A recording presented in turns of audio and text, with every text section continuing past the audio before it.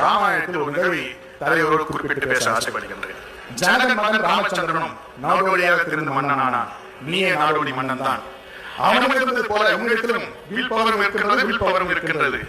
அந்த ராமச்சந்திரன் தெய்வமாக இருந்து மனிதனாக மாறியவர், நீ மனிதனாக இருந்து தெய்வமாக மாறியவர். அதனால்தான் நாம் இதே தெய்வம் என்று அழைக்கின்றோம்.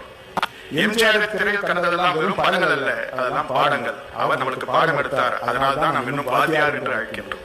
கடவுள் பெயரை 1000 முறை சொன்னால் மேல புண்ணியத்துக்கு போகலாம் என்றார். உலகத்திலேயே கடவுள் பெயருக்கு அடுத்து ஒரு மனிதன் பெயரை தினமும் 5000 முறை ஒப்பிக்கும் ஒரே தலைவன் எம்ஜிஆர் தான். சும்மா சொல்றேன். 5000 பேர் யார் சொல்றாங்க? நீங்க இருக்கிற யாரும் சொல்ல, நான் சொல்ல, யாரும் சொல்ல.